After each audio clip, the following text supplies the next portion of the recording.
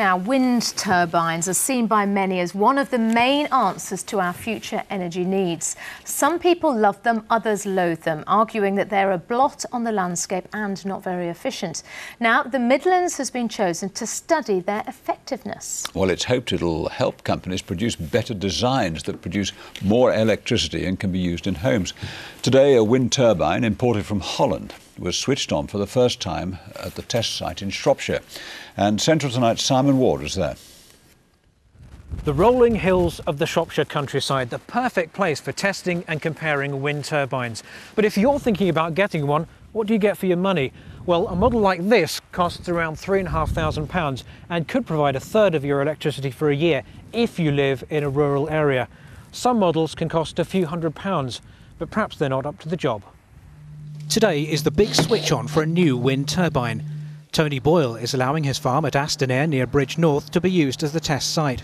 This £14,000 turbine can provide enough power for everything in his house. I would really hope that every farm has one. It doesn't mean that you can wind down any power stations, because there are times when it's calm and the power stations are going to have to pick up again. But there's no reason why every farm shouldn't have one. When you look at the price of these in comparison to agricultural machinery, it's pretty comparable. But it's not just about very large wind turbines.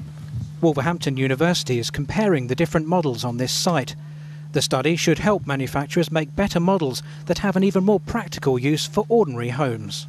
What I'm actually looking at is optimizing or getting the maximum power. So I'm trying to design something that can actually be implemented into different wind turbines, not necessarily to be specific for one particular turbine, but that could be reprogrammed to actually work on other wind turbines, whether it's a small one or it's a bigger one. Experts say people who want their home to be more environmentally friendly should first consider insulation or perhaps solar panels, especially if they don't live in the country. I think you have to be cautious when you're putting up a wind turbine in an urban area, just to make sure that you have got smooth enough wind to generate significant amounts of electricity.